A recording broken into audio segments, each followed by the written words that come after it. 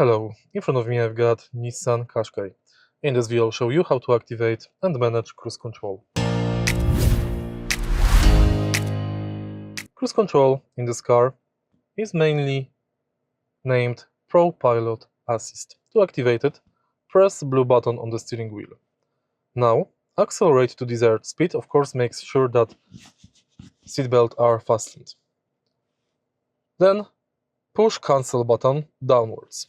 ProPILOT Assist, aka cruise control, is now enabled. You can let the acceleration pedal go. Using car with 3 lines button, you can adjust distance from the following car. And using OK button, you can manage settings like blind spot, forward and lane assistant.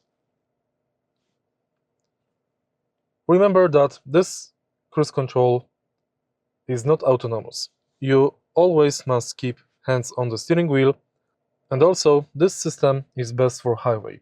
It is not recommended to use it in city. To deactivate this function, press ProPILOT button again.